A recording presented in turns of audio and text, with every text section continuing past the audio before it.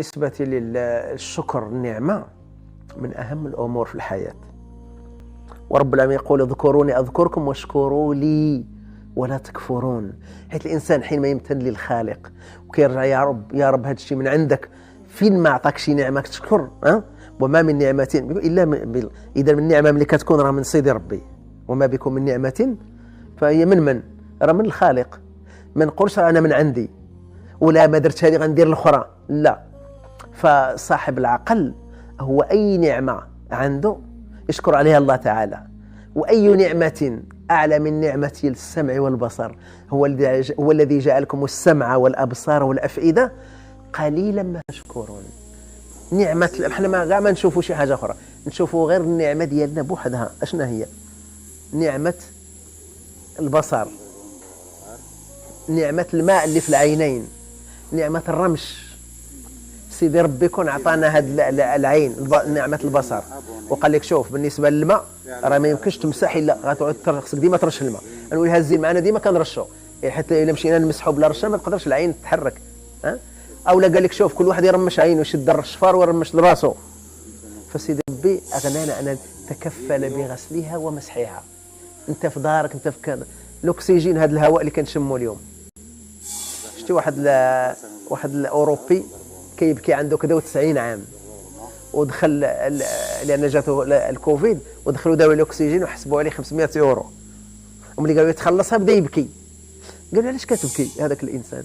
قال لهم ما كنبكيش انا على 500 يورو غادي نعطي في هذه ربع ساعه ديال النفس، لا، كنبكي اني عشت 93 عام وانا كناخذ تنفس الاكسجين فابور. وشوف اليوم هاد 5 دقائق اللي درتوا لي انا غنخلصها.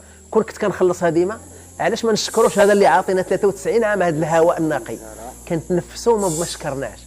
بكى هذا الرجل وابكى العالم كله. علاش؟ لماذا ابكى الناس؟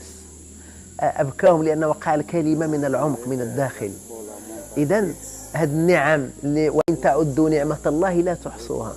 سيدي ربي في التنزيل وسخر لكم الفلك لتجري في البحر بامره، ما شكرناش. وسخر لكم الانهار وسخر لكم الشمس والقمر دائبين طائعين وسخر لكم الليل والنهار وآتاكم من كل ما سألتموه وإن تعدوا نعمة الله لا تحصوها. ما قالش لا تعدوها، لا تحصوها، لأن العدد سهل، الإحصاء اللي صعيب. إذا قلنا هذه لا أحصي، هذه العدد سهل واحد.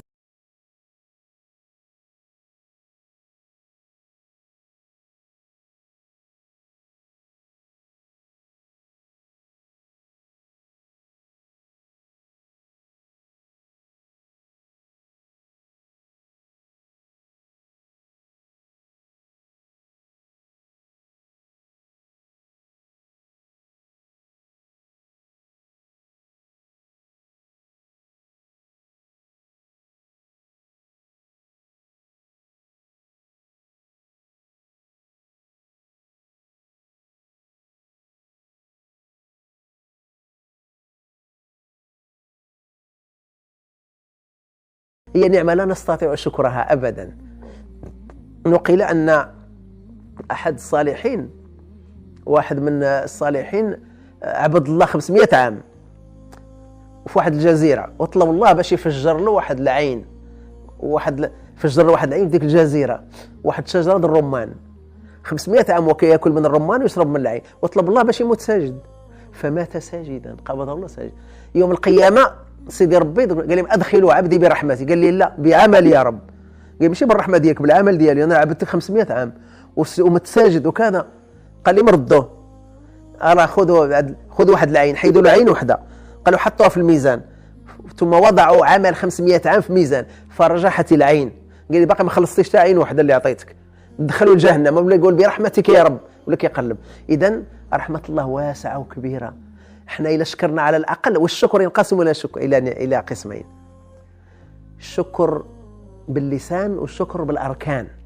الشكر باللسان لا يكفي، لا بد من الشكر بمعنى أن الشكر بالأركان أنك أحسن كما أحسن الله إليك. إلا الله أعطاك شوية المال وأنفق، أعطاك العقل مزيان أعون به الناس اللي ما عندهمش العقل، أعطاك شي حاجة اللي كتنتبه ليها مزيان نبه بها الناس، أعطاك شي علم علموا للناس. إذا أحسن كما أحسن الله إليك. إذا هذا هو وأشنا وعد النقيض ديال هذا الشيء. هو اللي كيبقى يشكي دائما في حياته. سيدي ربي قال إن الإنسان لربه لكنود وإنه على ذلك لشهيد وإنه لحب الخير لشديد. أشنو الكنود؟ الكنود هو الذي يخفي النعم ويظهر الشر. ديما كيذكر على الضرر عندي وعندي كيقول الناس على المصائب، عمرو ما يبين الخير اللي نعم عليه به الله. هذا الكند. وإنه لحب الخير لشديد، اللي أعطاها ليه الله كيضرقها، كيستر الخير وكيبين على الشر. ديما زعما ما عندوش وديما مكرفص وديما كذا. هذا هو الكنود، وهذا اللي كيبغض الله تبارك وتعالى. فإذا الشكر كيبدأ أوله باللسان وأعلاه بالجنان، بالأفعال، بالأركان أقصد، يكون بلسانه وقلبه وأركانه. يعني أحسن كما أحسن الله إليك. هذا هو الامتنان الذي يرى. يا رب امسح على قلبي حين أنزعج وحين أغضب وحين أتألم وحين ترى أن حيلتي ضعيفة. يا رب هب لي من لدنك فرحة، فإن لا قوة لقلبي إلا بك. ربي أسألك بعظمتك ألا تجعل للحزن مكانا في قلوبنا،